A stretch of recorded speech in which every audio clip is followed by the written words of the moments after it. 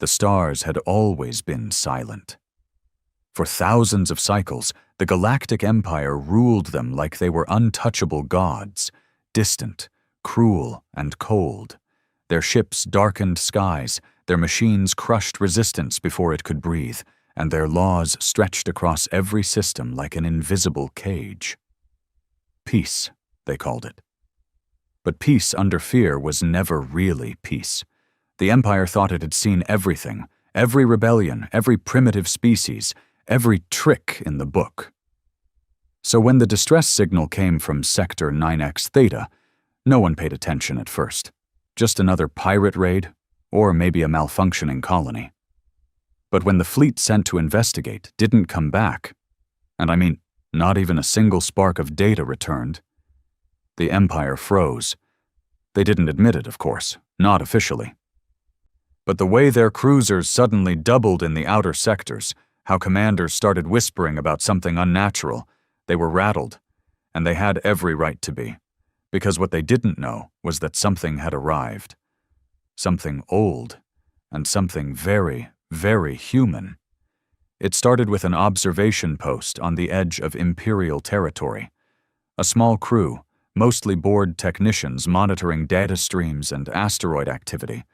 One of them, young, quiet, always chewing those awful protein sticks, noticed a blip.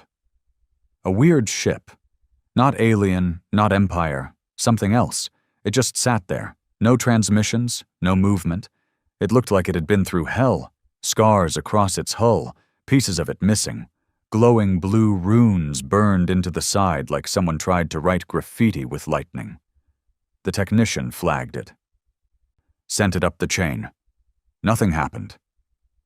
Then the post exploded. It wasn't destroyed by weapons. It just collapsed.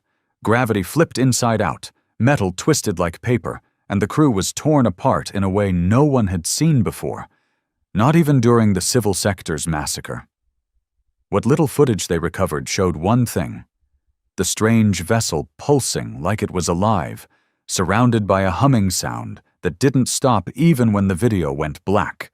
The Empire sent 3 destroyers next. Big ones, armed to the teeth.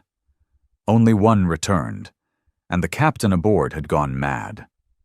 Eyes wide open, pupils blown out like a black hole had swallowed his mind. He kept mumbling something like, "They're back, the forgotten, the first ones." Then he bit off his own tongue. That's when the panic truly began. By the time news reached the Imperial high table, thousands of citizens across nearby colonies were already fleeing in every direction, even if it meant boarding freight haulers with no shields and praying they wouldn't drift into nothing. One broadcast leaked from a merchant ship before it vanished. Just 6 words repeated in a broken voice. The humans have returned, they remember. But how? The humans were supposed to be extinct, wiped out, a failed race, primitive, violent, dangerous, and dealt with centuries ago by the Empire's cleansing protocols. No one ever expected them to survive, let alone come back in something powerful enough to bend gravity and fry AI cores without firing a single shot. The Empire tried to erase it, censor the reports, silence the leaks, but stories started spreading through the underworld, through rebel channels, through the slave camps and the resistance bunkers. They spoke of a ship made of blackened steel and ancient tech. A ship that didn't answer hails but whispered through broken frequencies. A ship that carried a crew who didn't forget what the Empire had done to their kind. They were angry, they were organized, and they were human. On a forgotten moon, in the shadow of the Kepler abyss, a rebellion leader known only as Mera picked up one of the whispers. It wasn't just noise. It was a message, cracked and distorted, but clear enough to send a chill down her spine. We were buried, not broken. Vengeance is orbiting. She turned to her second-in-command, a quiet man with scars across his face like someone had tried to erase his identity. He stared at the screen for a long time before saying, "If they're back, everything changes." And it did. Because the vessel wasn't alone. And this was only the beginning. The message had changed everything. Mayra didn't trust easy.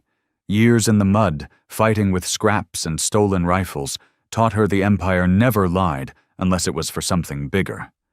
But this wasn't an Imperial trick. No way. This message wasn't from them.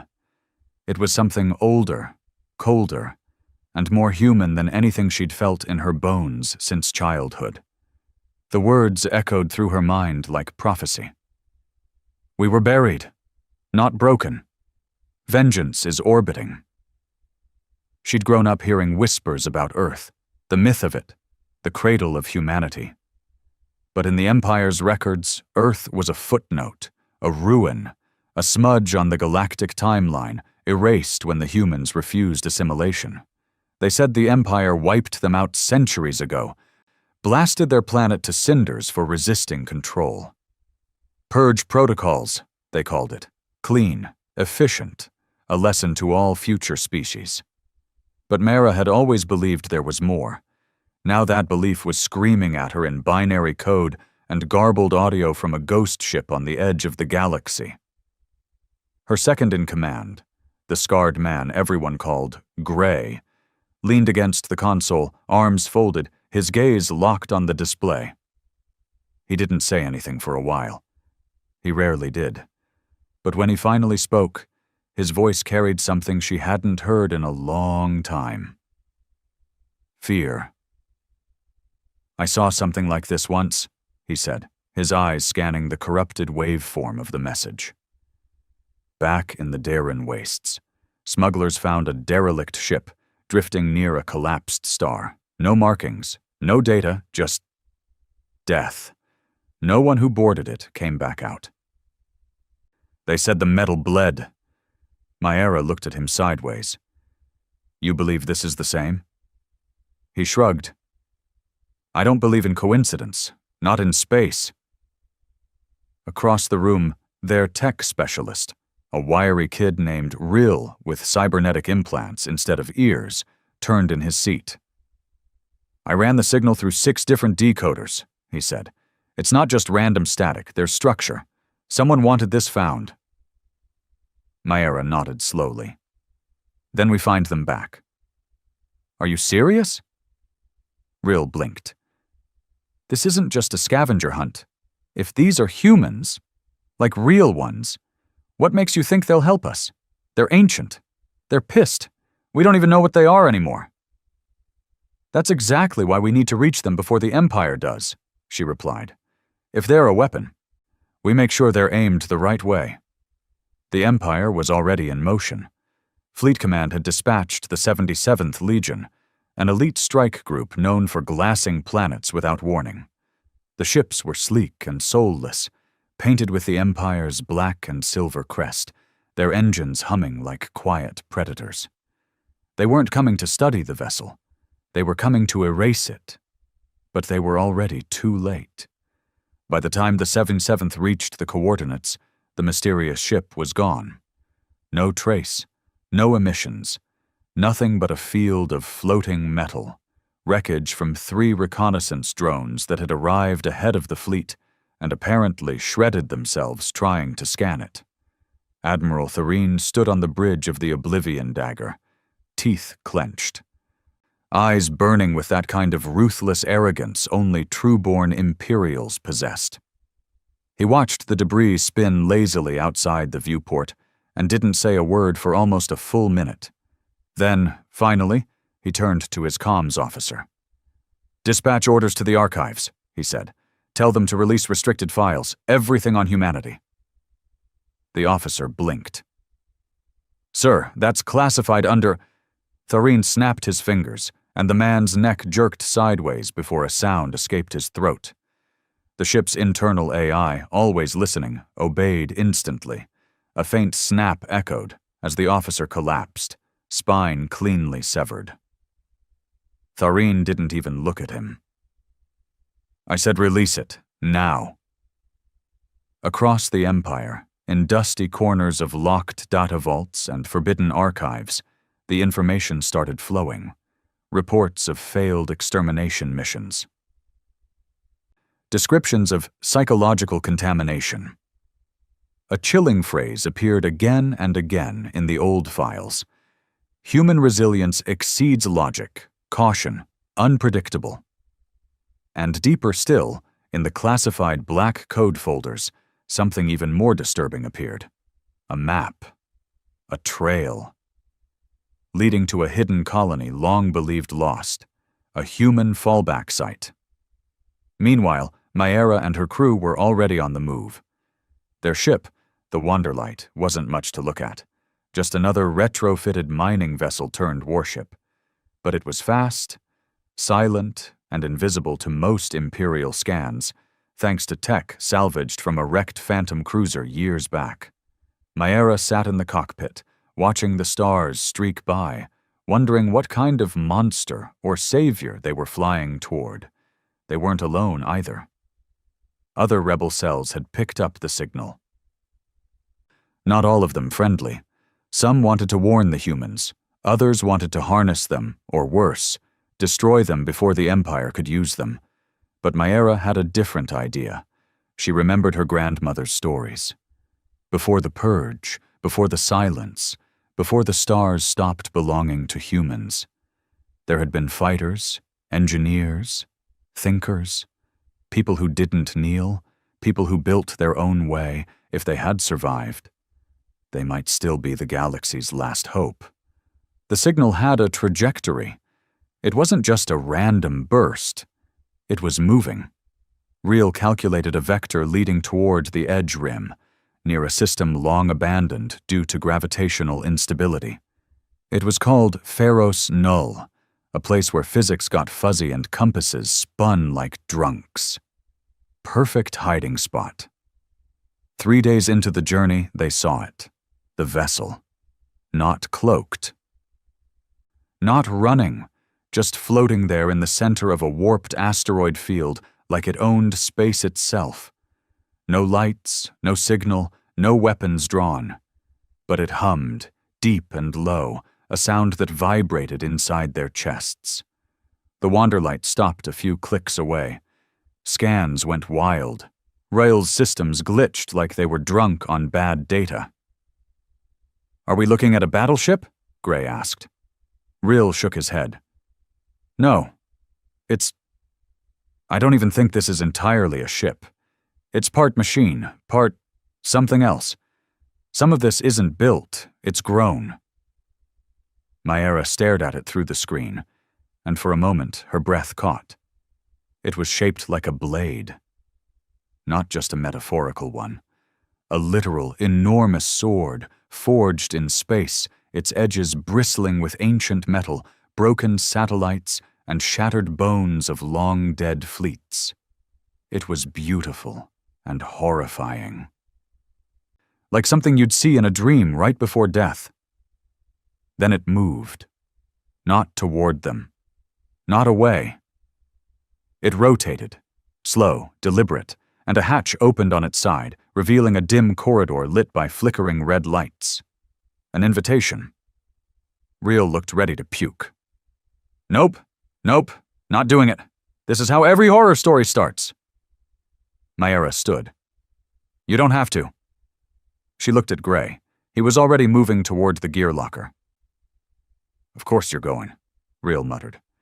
"Insane. Both of you." Inside the mysterious ship, the air felt heavy, like the walls remembered pain.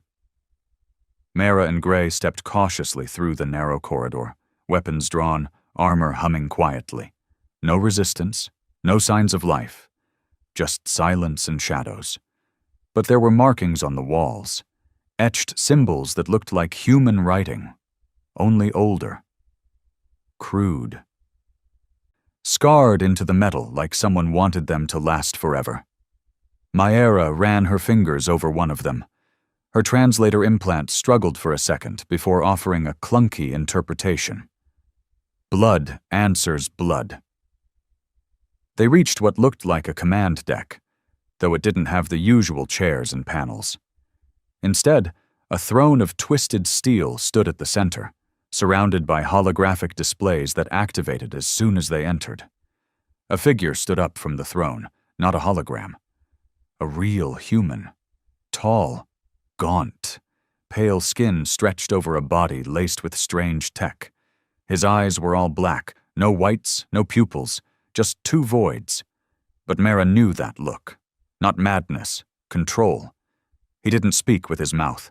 His voice came through every speaker, every implant, every wire in the ship. You heard the signal. Mara nodded slowly. You sent it. We waited, he said. Buried ourselves in time. Let the Empire forget. We watched them kill, enslave, rewrite history. We gave them every chance to rot alone. They didn't take it. Gray stepped forward. Who are you? The man tilted his head. Or maybe the creature. Or maybe both. I am the last echo of old Earth. My crew, we are what remains of the Resistance. We left before the final cleansing. Built this place from broken dreams and dead stars. And now, his voice sharpened. Now we remember everything. Maera took a step closer. We want to fight with you. The Empire is bleeding us dry, but if you're really human, if there's even a spark left of what we used to be, you'll know we're worth standing for. The man didn't answer right away. He walked slowly toward a wall and touched it. A panel opened, revealing what looked like an old Earth flag, burned, faded, but real. Then he looked at her. We do not fight for the living, he said. We fight for the forgotten, and the Empire is already dead. It just doesn't know it yet. It was hard to breathe inside that ship, not because of the air. It was filtered, crisp, even cleaner than anything the Wanderlight could provide. No, it was something else. The atmosphere in there carried weight, history, anger, vengeance, and maybe underneath all of that, grief. Maera had never felt so small, not even when she was a kid, hiding under floorboards while Imperial soldiers stomped through her village, dragging out elders and setting fire to homes like they were cleansing a virus. Back then, she'd cried, begged for help. No one came. But now, standing in front of a man, if he could still be called that, who had watched the same empire slaughter his entire species and live to build a monster ship out of the galaxy's bones. She understood something deeper. This wasn't rebellion. This was resurrection. The man didn't blink, didn't breathe, at least not in any visible way. His presence felt like a cold knife pressed against your neck, never cutting, just reminding you it could. His voice still echoed through the ship, not from his lips, but through every wall and wire. You came seeking an ally. Maera nodded slowly. We did. But you also came with fear. She didn't deny it. Only a fool wouldn't. The man paused, as if measuring her honesty. Then he moved aside, revealing a long corridor behind him. Lights flickered on in sequence down the length of it, revealing rows of pods, hundreds of them, maybe thousands. Inside each one was a person, human, sleeping, preserved, frozen in stasis, but alive. Maera gasped. Gray muttered something under his breath that sounded like a prayer. These are your people? She asked. They were, the man said. They still are. When the purge began, we had no way to fight, no fleets, no allies, no hope. So we buried ourselves in the cold, hid in the fold between gravity and time. We became memory. Maera stepped closer to one of the pods. The face inside was peaceful, an old woman, maybe in her 70s, a long scar down her cheek, but calm. You froze a civilization, she whispered. Not a civilization, the voice said. A rebellion, a promise. Gray's eyes narrowed. Then why now? Why wake up now? The man looked towards the stars. Not through a screen, through a raw opening in the ship's hull, a transparent dome of energy holding back the void. Because something woke us. The words hung in the air like ash. Real's voice crackled through the comms. Mara, you're going to want to see this. She tapped her earpiece. Talk. The Empire, they're moving. Massive fleet, way bigger than what we thought. They're heading here. How long? 18 hours, maybe less. But that's not the worst part. Mara tensed. Then what is? They're bringing an Apex AI. Her stomach dropped. The Apex AI wasn't a rumor. It was the Empire's ultimate failsafe, a sentient, emotionless machine designed to calculate and counter any threat. It didn't sleep, didn't doubt, and it had only been deployed twice in the Empire's history. Both times resulted in planetary extinction. If the Empire was bringing that thing out of its cage, they weren't just scared. They were desperate. Back on the bridge of the alien hybrid vessel, Mara turned to the ancient human commander. They're coming for you. The man nodded slowly. Let them come. You don't understand, she said. This isn't just soldiers and guns. This is annihilation. You think you've got some fancy ship and old tech? We don't think, he interrupted. We remember, and we adapt. He walked toward a console and pressed his palm against it. The ship shuddered, like something alive had just woken up. Outside, energy rippled across the hull, and the asteroid field around them began to spin unnaturally. Orbit lines twisted into a spiral pattern that didn't follow any known physics. We have been waiting in the void, he said. Now we reshape it. Suddenly, parts of the ship extended outward, massive panels unfolding like wings, charged with ancient energy. Light bled into the darkness, forming a gravitational net. It wasn't a shield, it was a trap. Myra's voice cracked. You're planning to take on the Apex? No, the man said. We're planning to show the galaxy what humanity really is. Hours later, tension hung in the Wanderlight like a noose. The fleet had been detected. 37 capital ships, 7 planetary bombers, and the Apex AI itself housed in a specialized dreadnought called Vigilance Eternal. Mara watched the display as red dots flooded the holographic map. They weren't coming to negotiate. They were coming to wipe out a ghost. Inside the vessel, activity surged. The frozen rebels were not just waking. They were integrating. Each one stepped out of their stasis pods and walked like they remembered exactly where they'd left off. Technicians reconnected to strange consoles. Soldiers retrieved hybrid weapons from walls that opened with their fingerprints.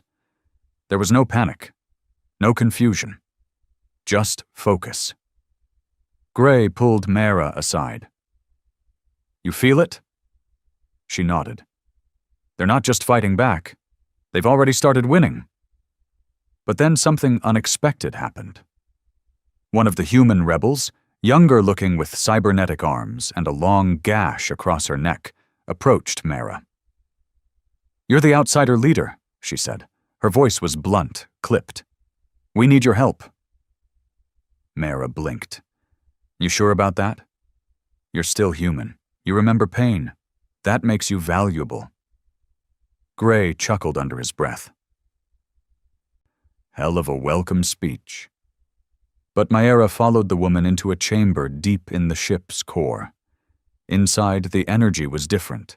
The floor was covered in symbols, not written but carved in low hums, resonating with frequencies. At the center was a machine, part engine, part mind. It pulsed like a heart. This is the core memory, the woman said. Everything we are is stored here. History, tactics, language, trauma. Mara stared at it. Why show me this? Because you're going to carry a piece of it. What? The rebel touched the side of the machine, and a light flared between her and Mara. You're going to be our envoy, our voice to the galaxy. If we die, you won't forget. The energy surged into Mara's chest before she could argue. She screamed, not from pain, but from understanding. 1,000 voices slammed into her brain. Images, memories, sounds, Children screaming, earth burning, ships falling, laughter in broken bunkers, the taste of ash. When it stopped, she dropped to her knees, gasping. The woman placed a hand on her shoulder. You felt it now. Maera didn't speak for a long time. Then she looked up and whispered, We deserved better. The woman nodded. We still do.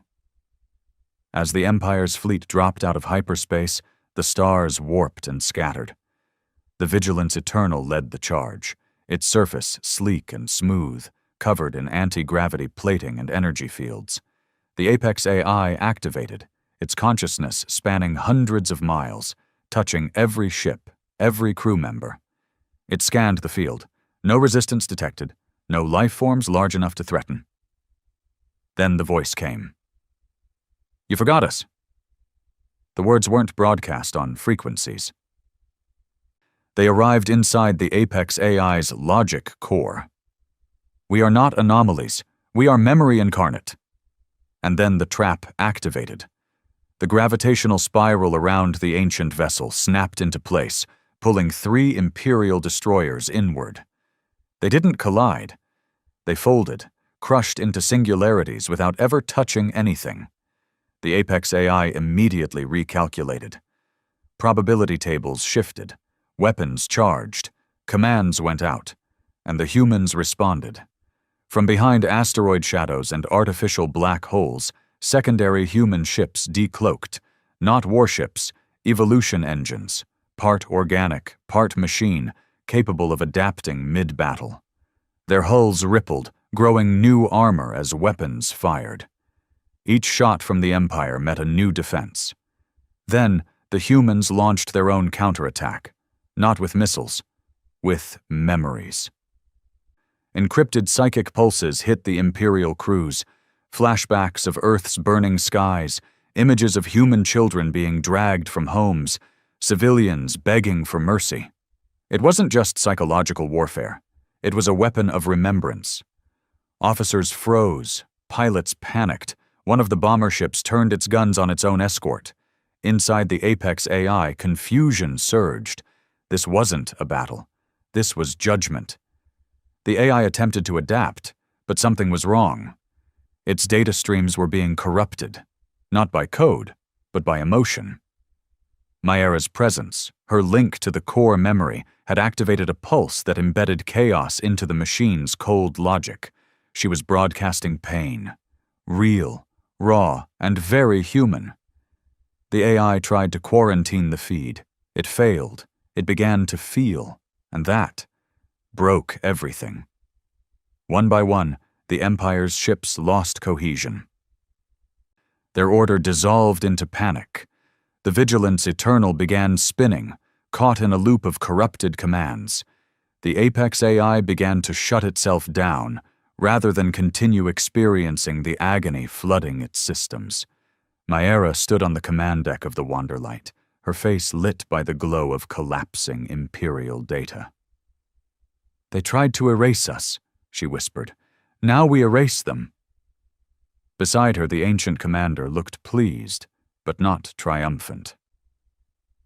This is just the beginning, he said. The galaxy will ask what happened here. Let them ask. Let them remember. Let them fear us again. And as the Empire's last ship detonated in a silent burst of white, the stars around them began to hum, softly, like a lullaby written in fire. The humans had returned, and they were no longer asking permission. The debris floated in silence. Where once 37 Imperial warships had cast their black shadows across the stars, now there was only dust, broken hulls, and drifting corpses. The Vigilance Eternal, the pride of the Empire, had cracked open like a rotten fruit, its inside spilling data fragments and shattered AI cores into the void. Maera watched it all from the bridge of the Wanderlight, not moving, not blinking. Her chest still burned from the memory link. The core hadn't just shared images. It had given her the weight of every loss, every scar, every scream. Her fingers trembled, even though the warship was calm now. Still, Gray stood nearby, arms crossed, watching her without a word. He wasn't a man prone to comfort, never had been, but even he looked uneasy, like he'd seen something too big to fit inside a body. "You okay?" he asked finally. "No," she said. He nodded. "Good. Means you're still human." She tried to chuckle. It came out more like a cough. Across the viewpane, the hybrid vessel, sword-shaped and glowing with residual energy, drifted beside them like a god made of ruin. Its commander's voice filled her thoughts again, quieter this time, like the echo of a whisper that still hadn't faded. "We have fractured the illusion, but the Empire will not die quietly." Mayera knew that was true. This victory would never stay hidden. Someone in the Empire had already seen the signals. Even with the apex destroyed, the Empire's reach was long and vengeful. Real's voice buzzed through the comms. Boss, we've got a problem. Big one." She moved quickly to the console, her joints still stiff from the memory overload. "Talk to me." "We intercepted chatter. Imperial survivor beacons went active 3 minutes ago. Somebody managed to get a burst off before the vigilance cracked. Long-range comms. That signal's bouncing all over the relay nets." Mayera swore. Gray leaned in. "Meaning?" "Meaning everyone's going to know what happened here," Real said. "Not just the Empire. Everyone. Trade guilds, merc syndicates, bounty unions, black site contractors, pirate kings. Hell, even the neutral broker fleets." Mayera closed her eyes for a second. She could already feel the tide turning. This wasn't just a rebellion anymore. It was a war spark. 3 hours later, the Wanderlight docked with the human relic ship through a retractable passageway. Inside, things were changing. The frozen soldiers, some barely out of their teens, others grizzled veterans with half their faces replaced by cybernetics, were awakening with purpose. They weren't confused by modern tech. They adapted to it immediately, syncing their implants with updated protocols, decoding Imperial language packs that had evolved during their long sleep. It wasn't like waking up from a coma. It was like pressing resume on a paused campaign. Mayera moved through the corridors, watching them gear up, train, share updates. No one asked where Earth was. No one wept for what had been lost. These people had accepted loss. They carried it like fuel. In the central command chamber, the original commander stood before a star map that was now swelling outward, tracking every system that had pinged the distress beacon. One by one, blinking lights appeared. Some red, some gold, some black. "You said the Empire wouldn't die quietly," Mayera said. "No tyrant does," he replied. "But this is not just about them anymore. We are no longer a secret. We are a symbol, and symbols cannot be allowed to exist without control."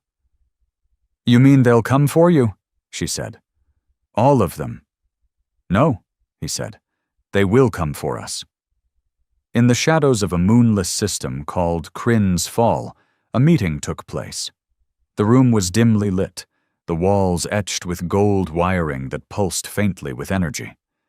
The people inside were not generals. They were dealers, powerful men and women from the hidden folds of galactic power. A warlord from the Orion Drift, wearing a necklace made of polished skulls. A matriarch from the Turn Syndicate, whose voice was rumored to paralyze weak minds. A corporate sovereign whose face had never been seen, just a robotic body housing a trillion-credit mind. They sat in silence as the recording played. The human voice, the memory bursts, the collapse of the vigilance eternal. When it ended, no one spoke at first. Then the warlord snarled. "This isn't rebellion, this is myth!" The matriarch shook her head. "No, it's worse. It's proof." The corporate figure finally spoke, voice synthetic and calm. "What do you propose?" The matriarch smiled, slow and cruel. "We do what we've always done when something threatens balance." Assassins? The warlord asked. No, she said. Something more surgical. She leaned forward. We find this Mara, and we take her apart. Back aboard the Wanderlight, Mara had no idea her name was being spoken in the highest, darkest halls of power. She was busy watching a group of hybrid-born humans, those born in stasis, developed through gene preservation during the long silence, perform a kind of training unlike anything she'd ever seen. One of them fought without weapons, just kinetic force, using the very vibrations in the ship to drive shockwaves through the air. Another reprogrammed a standard Imperial drone using only their thoughts. A third moved in and out of the light as if phasing through time. They were warriors, yes, but also something else. Evolved. She turned to Gray. We're looking at the next step in humanity. He looked grim. Hope the galaxy survives it. Later, she met again with the commander in private quarters near the core. I need to ask you something, she said. He nodded once. Why me? Why give me the memory? The message? You could have just done all of this yourself. The commander was silent for a long time. Then, because I remember what it's like to feel powerless, and I know the only thing stronger than hatred is the will to outlive it. He stepped closer, voice deeper now. You were born into the Empire's boot. You lived under its shadow, but you chose not to crawl. That's what we need. Maera looked down at her hands. They still trembled sometimes, but she clenched them into fists. I'm not a symbol. No, he agreed. You're the fire. The first hunter arrived 2 days later. She came in silence, aboard a ship disguised as Debrew. No transponder, no life signs. She wore skin tone camouflage that made her nearly invisible. She didn't speak, didn't kill unless required. She didn't come for battle. She came for extraction. Her name was known only to those who paid for her services, the best assassin the corporate sovereigns could afford. Her target, Maera. She got within 20 meters. Then the ship turned on her, literally. The walls pulsed, the lights dimmed, airflow shifted, and then from behind her, a voice like rusted thunder spoke. You walk inside, memory thief. She spun, drawing her blade. A young hybrid soldier stood in the corridor. She lunged. He didn't move. The ship moved for him. The floor flipped. Gravity reversed. The assassin was slammed into the ceiling, then the wall, then the floor again, each time with more force. Her camouflage failed. Her blade fell from numb fingers.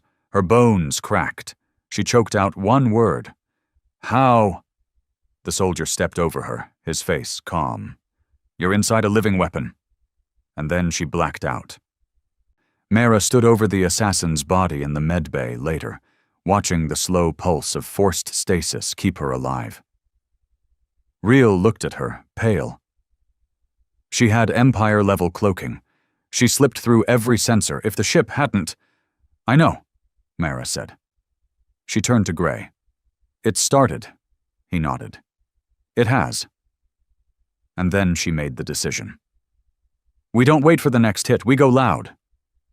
You want to bait them? I want to unite them. She stood in front of a broadcast console, the same one the commander used to send the original message, and for the first time, she spoke to the galaxy. Her voice, cracked but firm, reached every known system.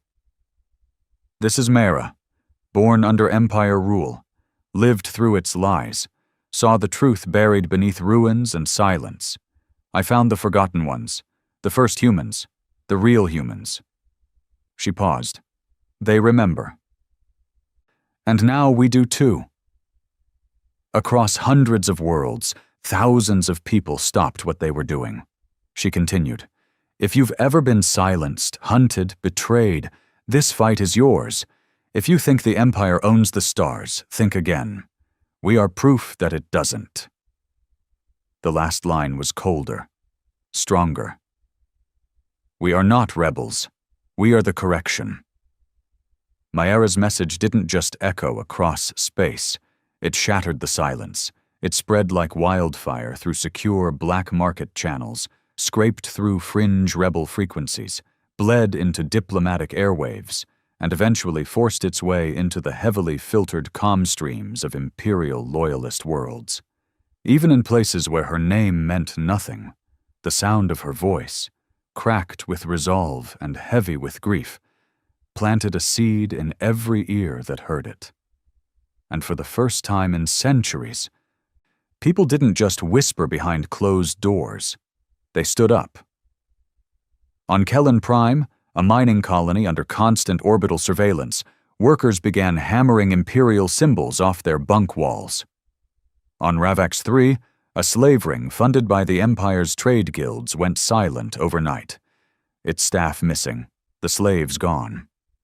On the outer moons of Varus Belt, pilots began painting their ships matte black, the old Earth color for mourning and war, and somewhere far beyond the edge of Imperial reach, a quiet collective of outlaw scientists played her speech on loop, word by word, until one of them muttered, "This might be it."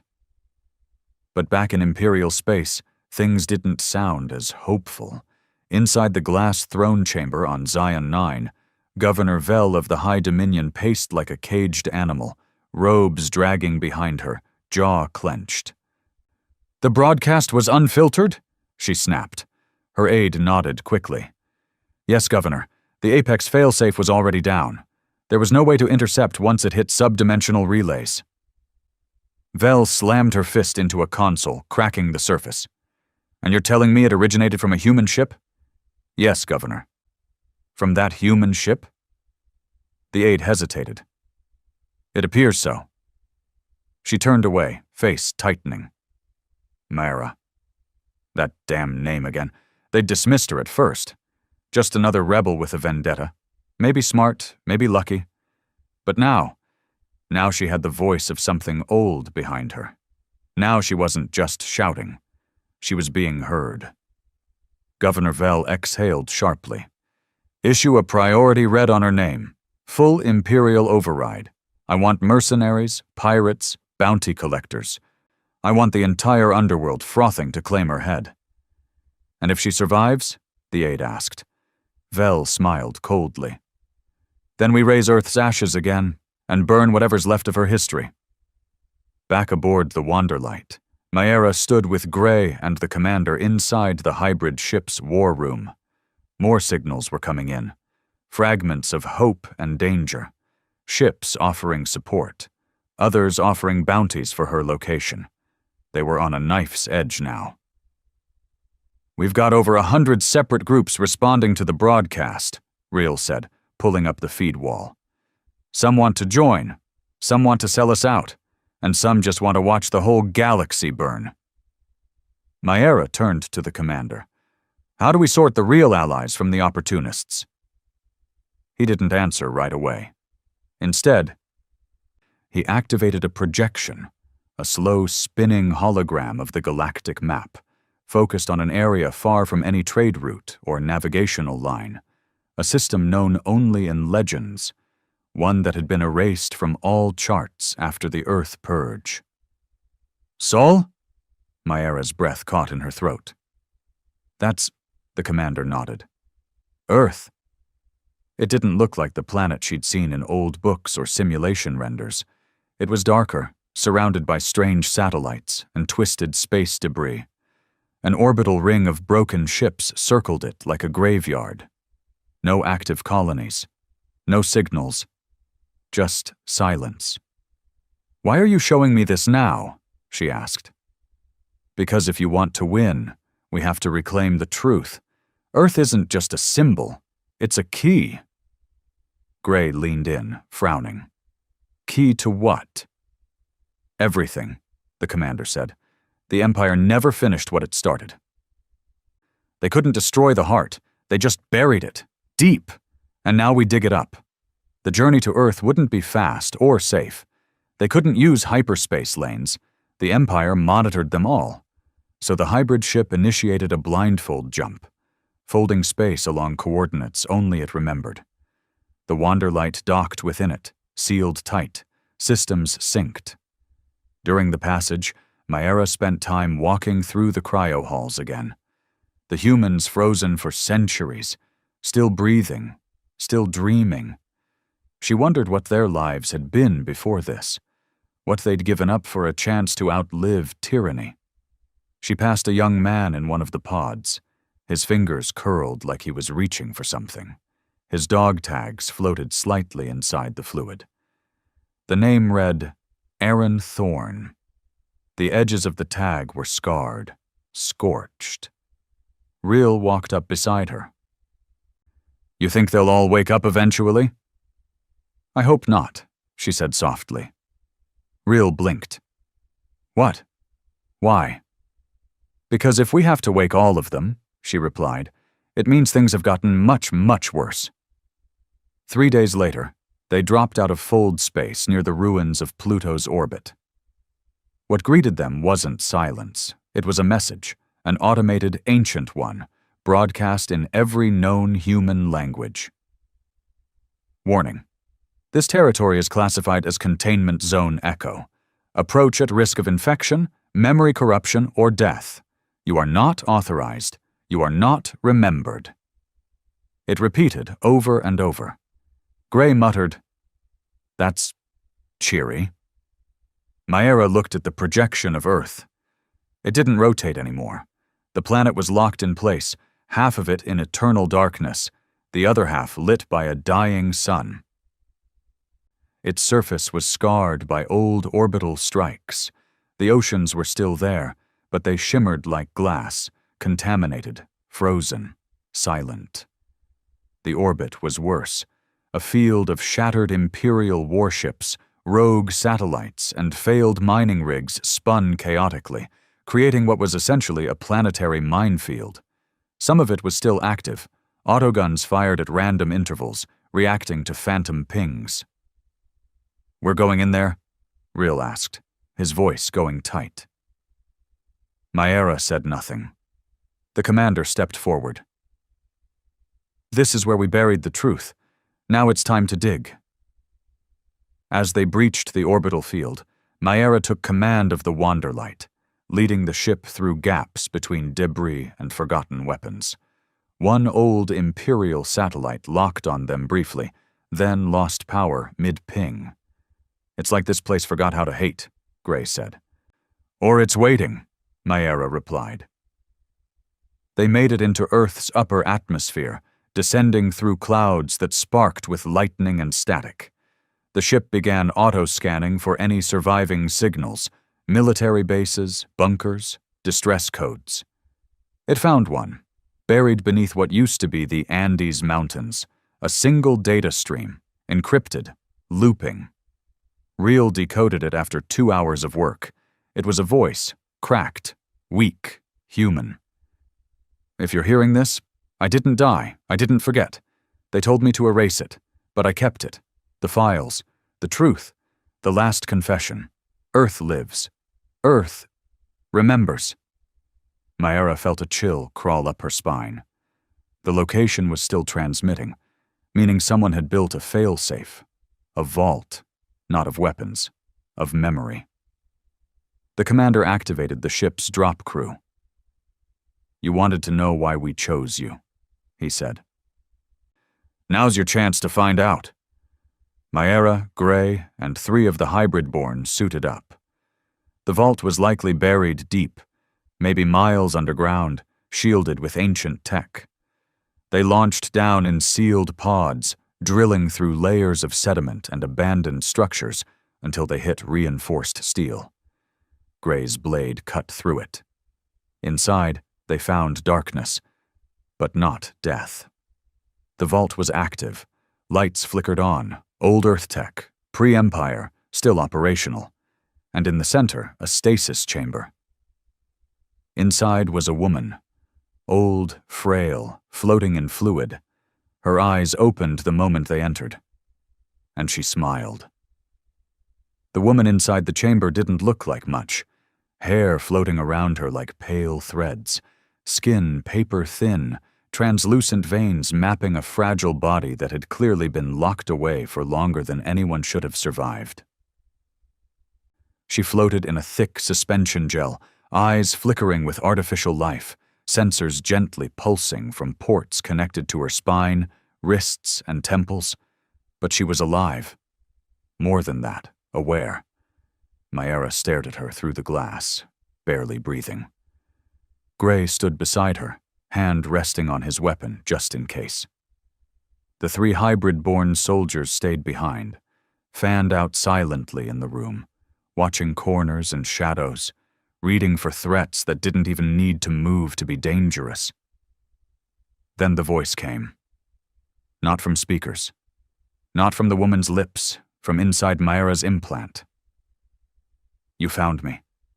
Mayra stiffened. The voice was old, layered, and filled with memory. Not synthetic, not coded. Just human. Barely held together by effort and machine support. She stepped closer. "You're the one who sent the beacon," Mayra said. "The confession." The woman's eyes blinked slowly behind the stasis film. She smiled faintly. "Not a confession. A legacy."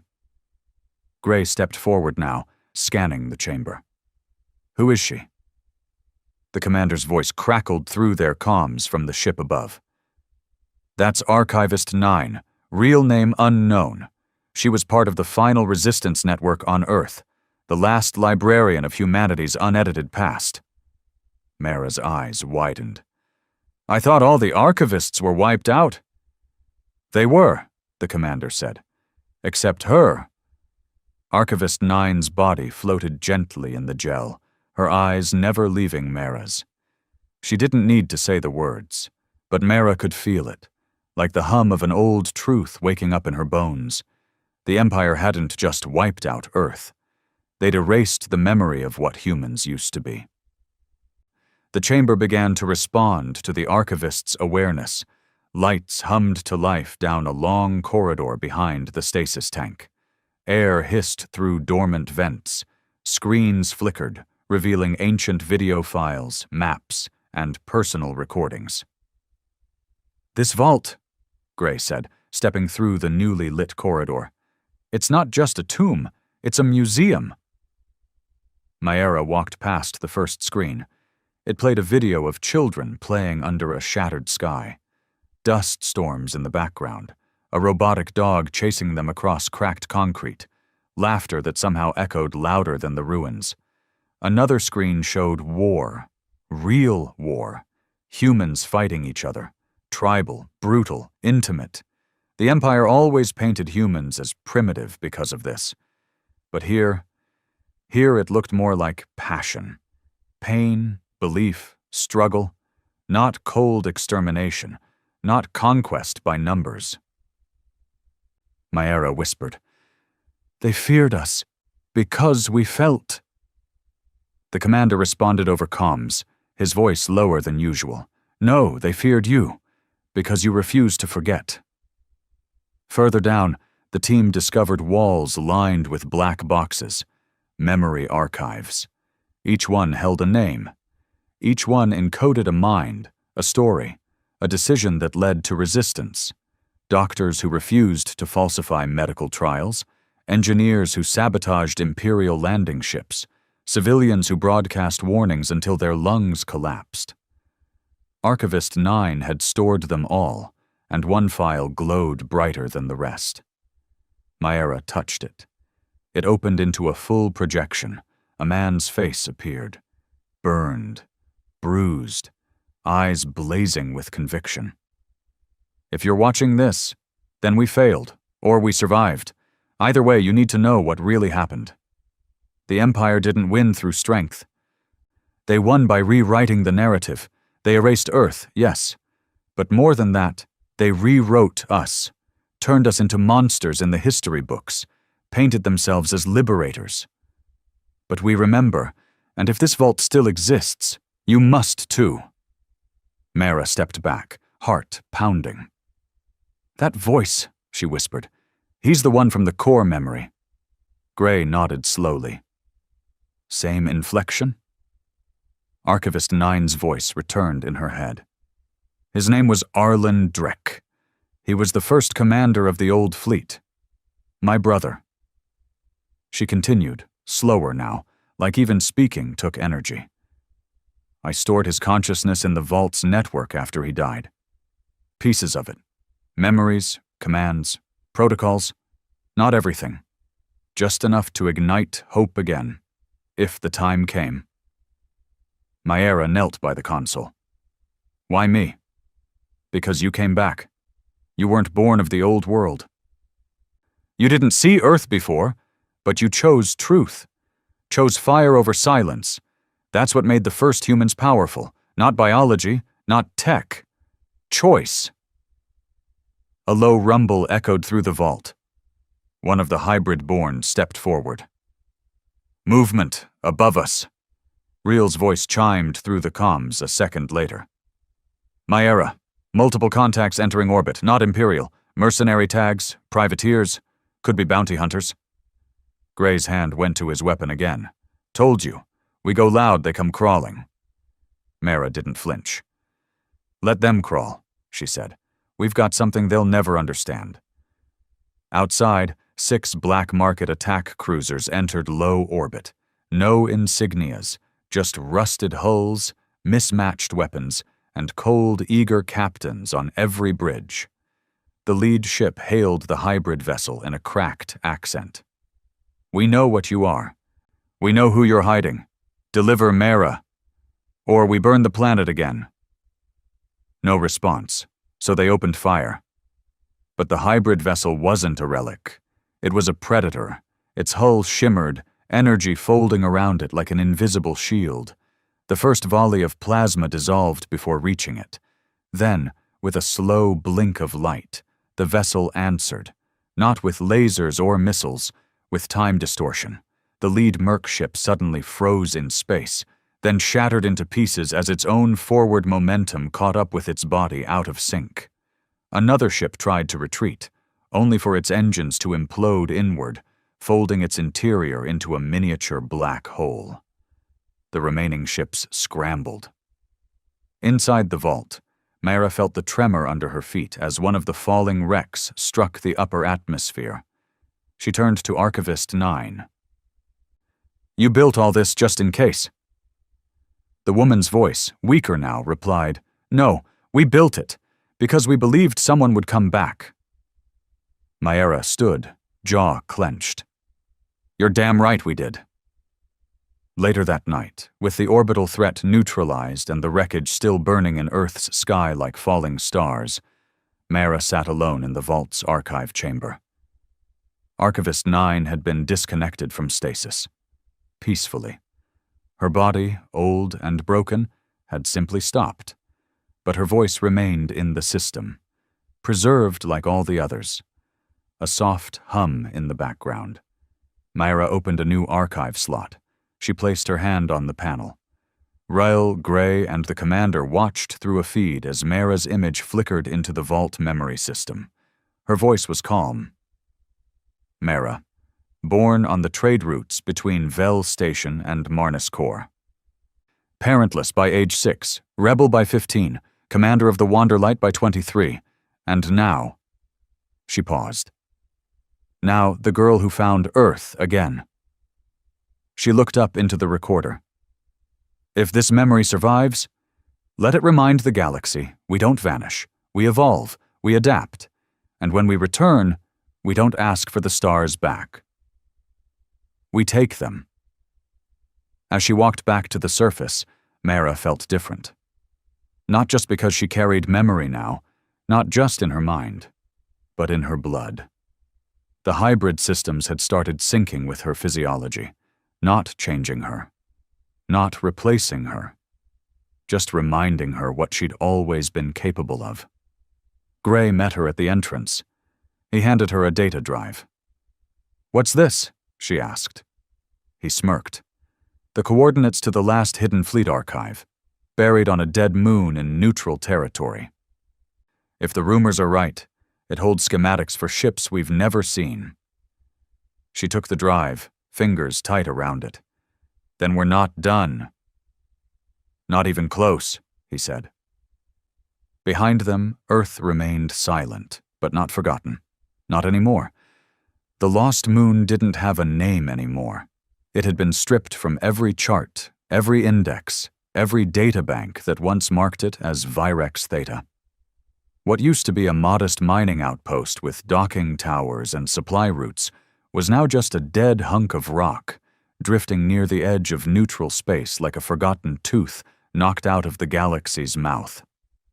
But Mara had the coordinates now, and in her hands, clenched tightly like a holy relic, was the data drive Gray gave her, given to him years ago by a dying Resistance courier who never said where he got it, only, when she comes back. When Earth speaks again, give her this. The Wanderlight emerged from subspace near the Virex system under full silent running. The hybrid vessel remained hidden behind a cold gas cloud several thousand clicks out, its sensors focused like knives. "Getting anything?" Mara asked from the command deck. Real adjusted his implants, eyes scanning through overlapping readouts that flickered with ghost signatures and long-range noise.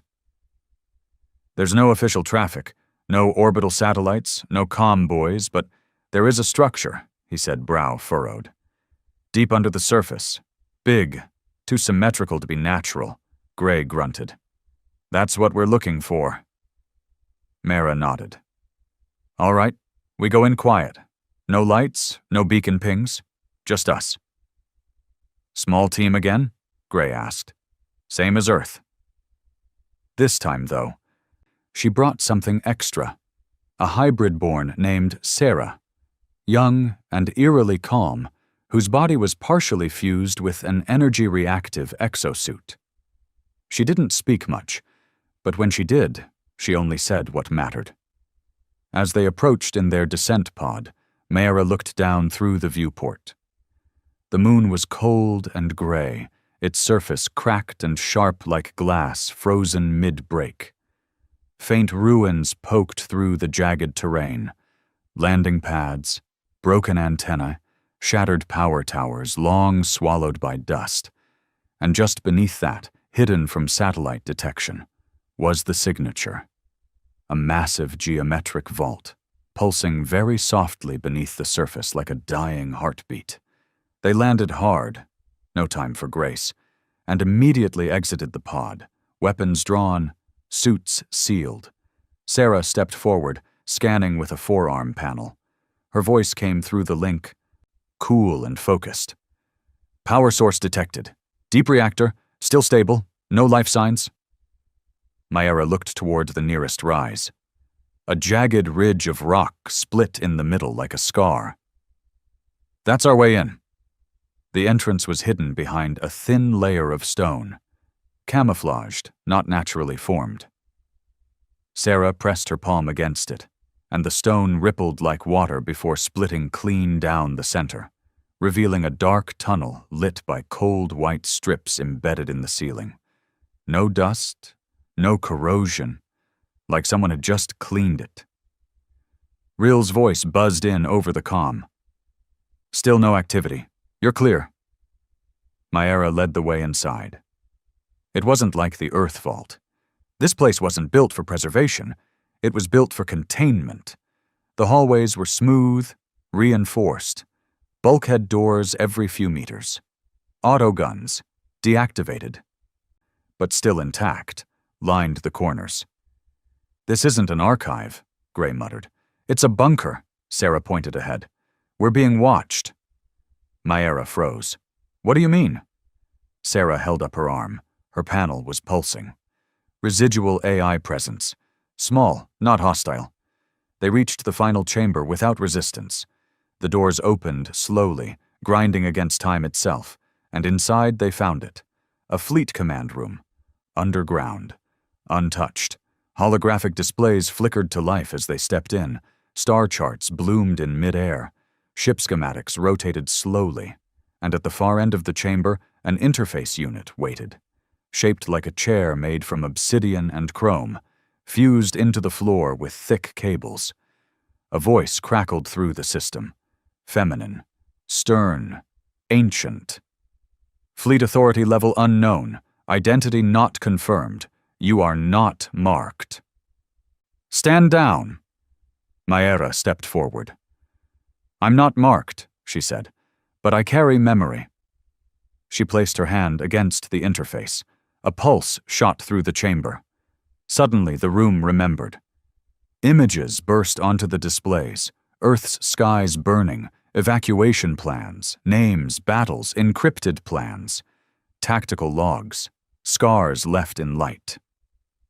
Human memory sequence detected, the voice said. Recognition confirmed. Initiating fleet resurrection protocol. Maera's chest rose and fell, heart pounding. The walls began to shift. The chamber extended backward, unfolding hidden compartments, revealing consoles, weapons lockers, power cells. Then the central console rose from the floor. A small display blinked. Fleet status: 31 vessels offline, 4 vessels operational, 2 vessels combat ready, AI command core dormant, status: reawakening. Gray whistled low. Those ships, they're still here. Buried underground, Maera said, right under the Empire's nose. Sarah turned. We need to see them. An hour later, they descended into the lowest level of the moon.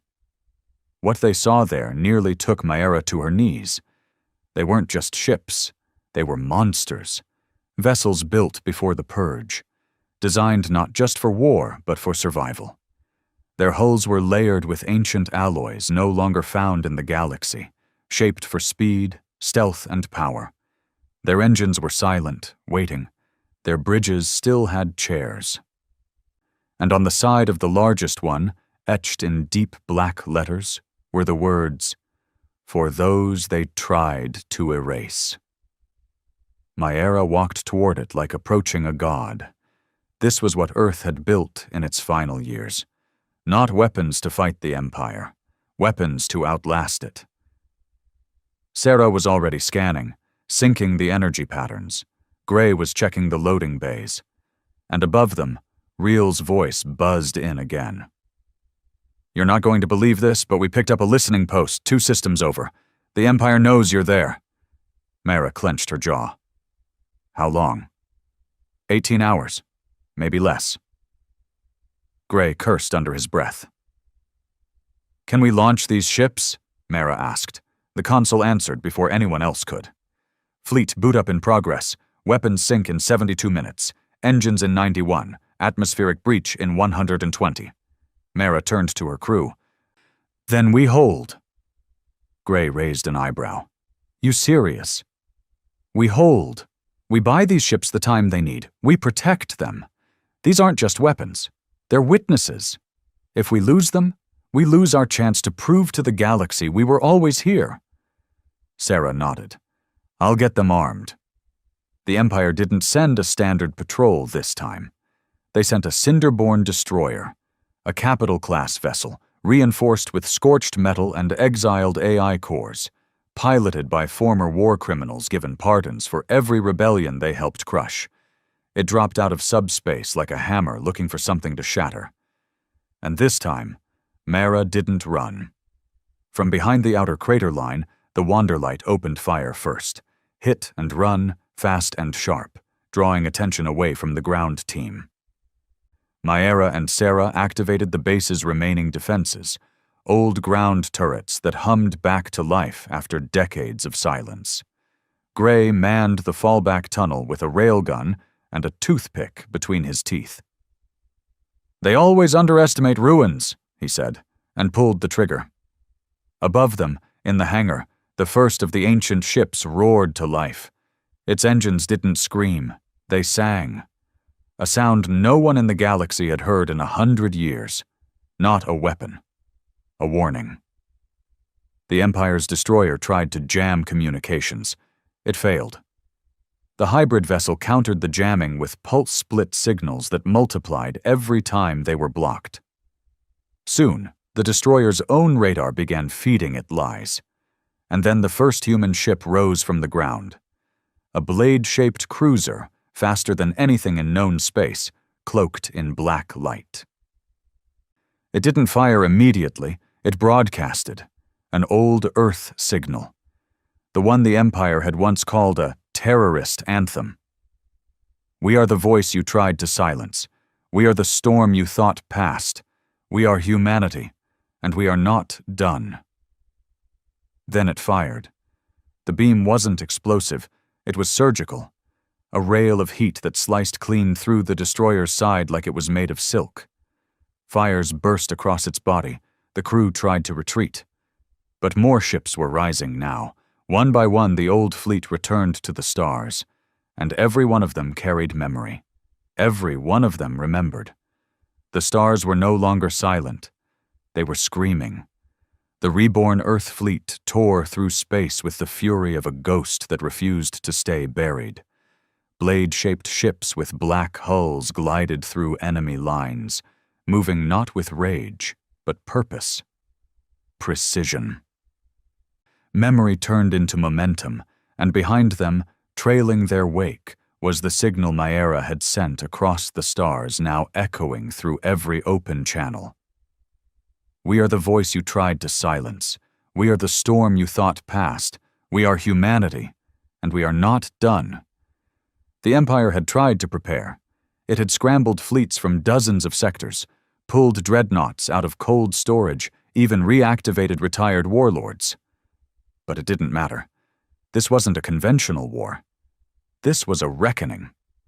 Inside the reborn command ship, now christened Epitaph, Mara stood in the center of the bridge, armor scorched, her eyes focused on the holomap as the fleet advanced. Gray leaned on a railing nearby, bruised but grinning. Fleet formation is holding. Our left flank's got resistance, but the hybrid vessel is punching through. How many? Mara asked. About 24 ships still holding Empire colors. They're scrambling to protect the core line.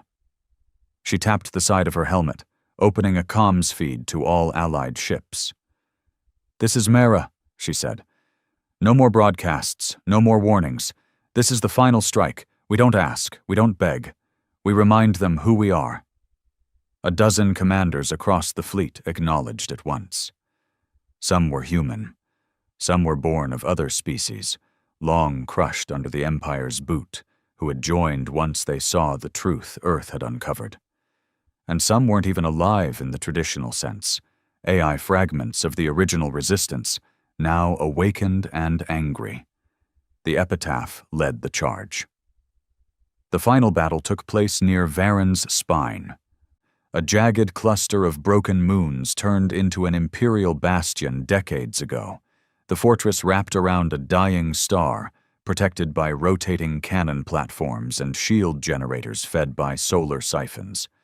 It was the last line of defense before the Empire's core territories, and it had never been breached. Until now. As the human fleet approached, the Empire activated every defense system. Anti-ship weapons fired before targeting systems had finished locking. Drone swarms were deployed from hangars like locusts. The outer walls of the bastion lit up in warning red, and High Command broadcast a single message: stand down or be extinguished. Maera didn't answer. She nodded to Reel, who grinned and activated the fleet's new signal scrambler, technology born from hybrid minds, which warped electromagnetic waves using gravity folds.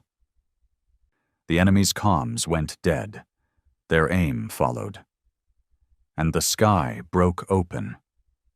The Wanderlight dove into the first gap, its engine screaming like a phoenix clawing through ash. It fired 2 torpedoes that exploded not on impact, but inside enemy shields, folding space milliseconds before detonation to bypass their barriers. Then came the Epitaph. It didn't shoot. It spoke. A deep pulse erupted from its hull, an EMP built from resonance frequencies woven through centuries of stored grief. Machines on the Imperial side stuttered, lights dimmed, AI cores glitched. Some of the enemy ships began remembering things they weren't supposed to. Slaughtered colonies, war crimes scrubbed from the record, truths their programming had hidden deep. A captain on one of the Imperial destroyers pulled his pistol and shot his own pilot. 3 other ships surrendered immediately. The rest fought harder. On the bridge, Mara locked eyes with Gray. His knuckles were white around the handle of his blade. "How long can they hold?" she asked. He shrugged. "Doesn't matter." Myra smiled faintly. "Exactly." They moved in deeper, the epitaph cutting through flak fire like a needle threading through a storm. It wasn't invincible. The shields flickered. The hull groaned. A blast from one of the planetary cannons clipped the rear wing, but it kept going. Every time a human ship was struck, 2 more filled the space behind it. And then, it happened. Sarah, the hybrid born with the exosuit interface, standing at her station on the bridge, turned her head slowly toward Mara. Her voice was quiet. Calm. "They've activated the central fusion core." Mara's eyes narrowed. "They're trying to blow the entire station?" "Yes," Sarah replied. "If they can't win, they'll take the system with them." Real's voice crackled over comms. "I'm reading instability. The core's gonna melt through Varen's spine and collapse the whole star cluster. You've got 12 minutes, maybe less." Myra stared at the star map. She could retreat, save the fleet, live to fight again. But Earth had already done that once, and it had almost been forgotten. Not this time. She turned to Sarah. "Can we reach the core?" The hybrid nodded. "Through the old tunnels. Not heavily guarded. Too unstable." Myra looked at Gray. "Let's finish it." They dropped onto the surface of the bastion with a shock team. Mara, Gray, Sarah, and 2 hybrid soldiers. The tunnels beneath the fortress were cracked and decaying, exposed to hard radiation and atmosphere leaks. Every step closer to the core made Myra feel like she was walking inside a dying beast. "You know," Gray muttered through his comms, "if we die here, I'm blaming you." Myra smirked. "Get in line." Sarah paused at a junction, her exosuit lighting the way forward. "Cores straight ahead, 10 floors down. Fusion destabilization at 42%. They moved quickly, dodging half-functional turrets and passing deactivated AI sentinels frozen mid-scream. Whatever had been inside this base before, it was breaking now. Then they reached the control chamber. And it wasn't empty. A single figure stood at the center, tall, robed armor beneath glinting with rank, Imperial insignia carved across the chest plate. His face was lined, gaunt, half covered in a breathing mask, but his eyes were sharp, calculating. "You made it," he said. Mara stepped forward, gun drawn. "Shut it down." The man didn't move. "You don't know what you're doing. This empire? It's the only thing keeping the galaxy from chaos." "No," Mara said. "It's the thing that caused it." The man sneered. "You think just because you found a few dead ships and some broken history, you get to rewrite everything?" Mara shook her head. "I'm not rewriting it." She looked past him at the core, glowing red, pulsing faster now. "I'm restoring it." Then she fired. The shot hit his shoulder, spinning him to the floor. Before he could rise again, Sarah reached the console and plunged her arm into the access port. The system screamed, and then the pulse stopped. The core dimmed. Real's voice came over comms. "Fusion surge just halted. The star's stabilizing. They can't use it anymore." Cheers erupted over the fleet-wide channel. Gray exhaled. "We actually did it." Myra looked at the man bleeding on the floor. "You ruled for centuries with silence, with fear. That ends now." She walked past him without another word. The fall of Varen's spine was the last nail. Over the next few weeks, systems once loyal to the Empire began defecting. Governors vanished. Trade guilds broke their contracts. Entire fleets surrendered without firing a shot. And the memory of Earth, its truth, its people, its war cry, spread like light through shadow. Maera stood once again aboard the Epitaph, now docked over a liberated world. The stars looked different now, familiar. Across the galaxy, statues were torn down and new ones raised. Not of her, but of the nameless humans who had slept beneath the surface, waiting for their story to be told. Gray walked up beside her, sipping from a steaming mug. "You ever think we'd get this far?" Maera smiled softly. "No." He handed her the mug. "But we didn't come this far to stop now." And far above, in a quiet corner of space, the hybrid vessel drifted peacefully. Its commander, no longer hidden in shadows, walked the halls alone, past frozen warriors and silent consuls. He placed his hand on a wall and whispered, "They remember now." And in return, the ship whispered back, "We always did."